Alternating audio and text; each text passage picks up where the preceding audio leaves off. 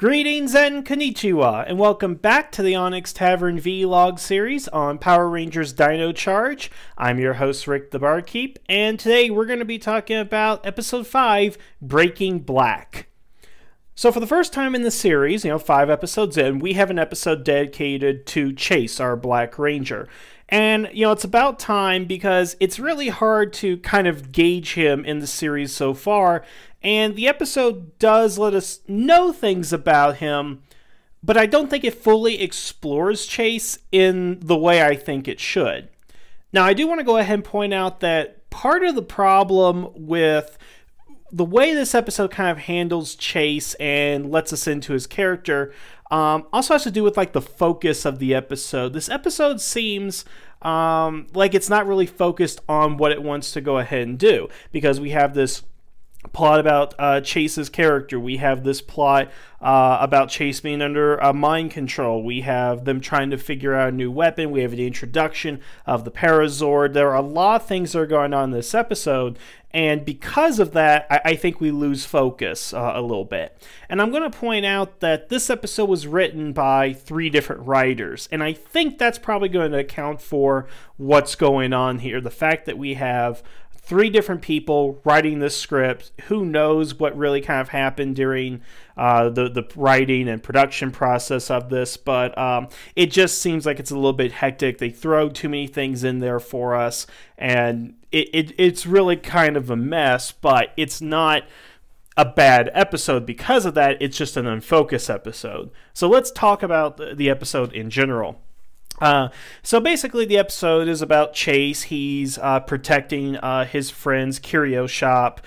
In the episode, one of the monster prisoners comes down, steals an artifact from the curio shop, and during the process, Chase gets hypnotized by the monster under a mind control spell. And the rest of the episode is him trying to overcome the mind control spell, and the Rangers... The Rangers are fighting the monster the whole time, but they're worried about Chase because, as revealed in the teaser of the episode, Chase cannot focus. That is part of his problem. Now, the weird thing is that the episode tells us 2 different things. Not to mention the first episode tells us something also contradicts this. So in the teaser, everybody's doing their job at the cafe and everything, and Chase leaves his station at the grill to go flirt with this girl. And then that's when he remembers, oh yeah, I'm supposed to be manning the grill. It catches on fire. Comedy ensues. End of teaser. Now, that fits in with the Chase that we have in the very first episode, and the fact that he is girl crazy, that he is, he's been asking out Shelby a couple of times, and it's something that was kind of established, is that he was into girls a lot, that he was a ladies' man, or at least, again, that's what was hinted, which is not unlike his Kyoryuger counterpart, which I'm going to talk about that briefly here in a second. And what we get from this teaser is that he's girl crazy, yet irresponsible. That's what I got from it. That's what I got when I compared it to his first introduction and the way he kind of approached Shelby in that episode.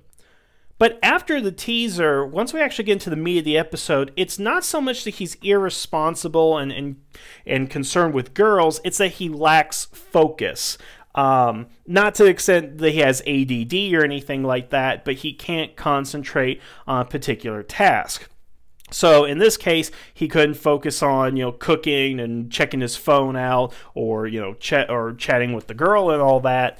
And then later in the episode, when our monster spellbinder ends up getting a hold of the artifact, he was distracted the whole time, but he fell asleep, which is not really a lack of focus issue. It's more of a laziness kind of thing, I think. What they're trying to do is that say he has a lack of focus so that when he's under the spell by Spellbinder, he can gain focus to overcome the spell on him. But that's not even what happens in the episode. What is discovered is that while he's on his skateboard, the spell has no effect on him. And that's how Shelby's able to snap him out of it, get him on Dolly, that he rides a skateboard, overcome it, and so forth. So we got 3 different things that are going on here, and all of them really seem to contradict.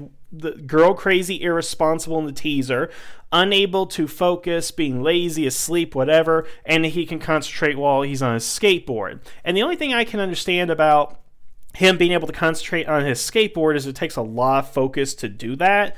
But then there are a lot of things that take a lot of focus to where you can't easily be distracted. So the episode doesn't really tell us, again, much about Chase other than this one particular flaw that he has.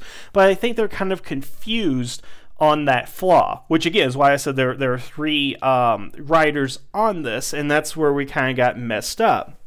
Now, just to briefly compare him to his Kyoryuger counterpart, Ian, Ian was girl crazy and everything, and he could be irresponsible sometimes, but he never had a lack of focus or a focus issue.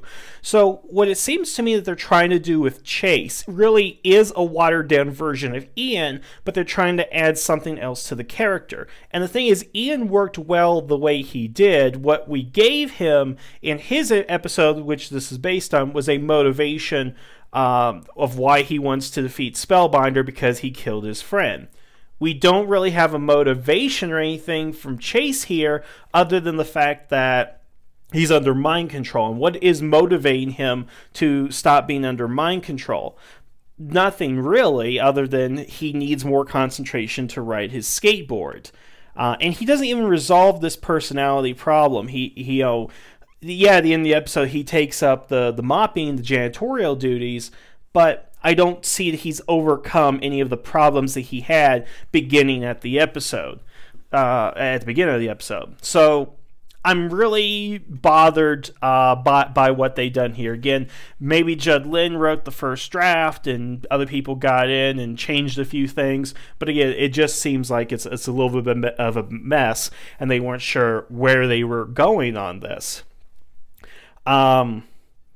Let's talk about some of the other things that happen in the episode. Actually, the episode does have a flashback to how Ian did get, or excuse me, not Ian, Chase got his Energem, and this brings up a number of issues. First of all, we have the superfluous character of Moana, who, I swear, the moment she walked out, that was Miss Cleo. I thought she was going to have some sort of Jamaican accent come on in, but no. Moana, I can't pronounce the name, she owns a curio trade antique shop, whatever you want to go ahead and call it.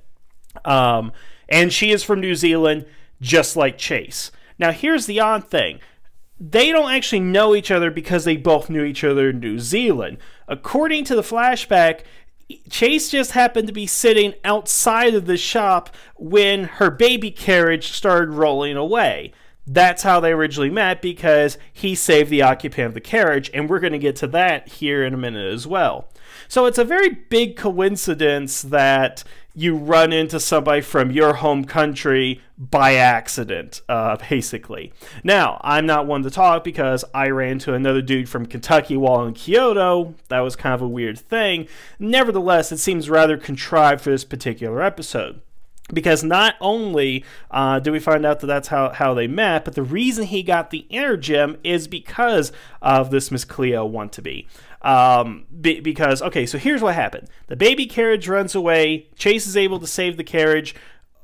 Well, the occupant of the carriage, which happens to be a cat, and as a reward, gives him an Energem for his trouble. And Coda says it best that was really easy for him. Which, by the way, Coda does say that he was locked in a glacier for 10,000 years, so, hey, we got the answer to that, just in passing. But it is insultingly easy that that's how Chase got his Energem, and again, saving the occupant, which was a cat. Now, I love how he saves face, like, I risked my life for a very pretty cat, or something along those lines. I did like the delivery of that line.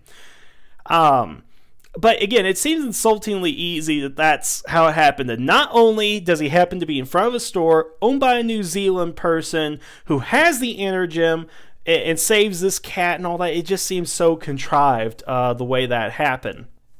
And I also want to point out about how he again becomes the Black Ranger, or how he gets this Energem, because the baby carriage rolls down the hill. And if this sounds familiar to you, he's riding on a skateboard downhill while people get out of the way of this thing, and he eventually saves the baby carriage. Yes, that is exactly what happened in the second season with the ninja encounter, where Rocky, Adam, Aisha, Billy, Kimberly, Tommy, Bulk, and Skull all chase after the baby carriage, and yet nobody stops it.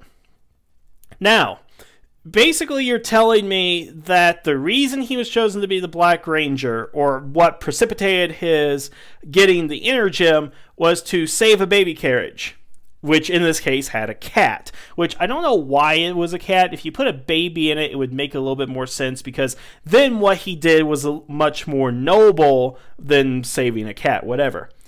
But my question is, why did they do this? Did they not learn from their mistakes? I mean, Judlin especially, who I believe was working on Power Rangers back then, or was at least working when Saban first had it and had knowledge of these characters, he would have known that that was a dumb mistake back then, and it should be a dumb mistake now. I mean, why are the people ducking out of the way? We actually see a woman move out of the way to let the carriage go down the hill. Why didn't she stop that?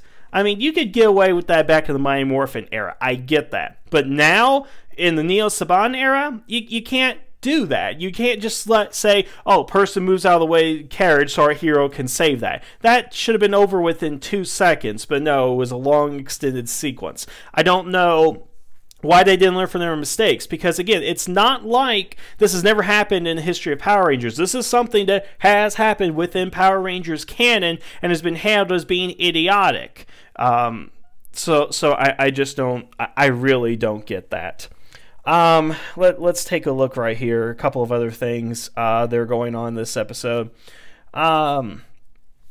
Yeah, there really isn't too much else here. Again, they threw a lot at us, but it's just kind of like, here's the villain, here's what's going on with Chase, here he's under a spell, now the other Rangers are under a spell, we need to form a new weapon, we have a new Zord that we need to go ahead and combine with. Again, just threw a lot in there. I usually say this, but I think it could have worked better as a two-parter, because then we could have spread it out to take Chase and his flaws and examine them closely before he's under mind control. Because again, it doesn't seem to me that the mind control and him staying focused are really it's not really connected when your whole thing is he becomes focused when he's on his skateboard. I think the lesson that Chase needs to learn is he needs to be focused on other things other than just skateboarding. That would be the way I would go ahead and look at it. But other than that, I think it was an okay episode. Things definitely need to go ahead and work on, but hopefully once we move on from this, we will have maybe just one writer, at most two, for an episode, and we can focus a little bit more on the characters. I think there's more that we need to learn from Chase from this series, and hopefully we'll go ahead and get it, and we'll see where it takes us. But that's all I really have to go ahead and say, so I hope I made my point clear. Otherwise, hey, thank you guys for listening. Y'all have a good evening, and the tavern is now closed.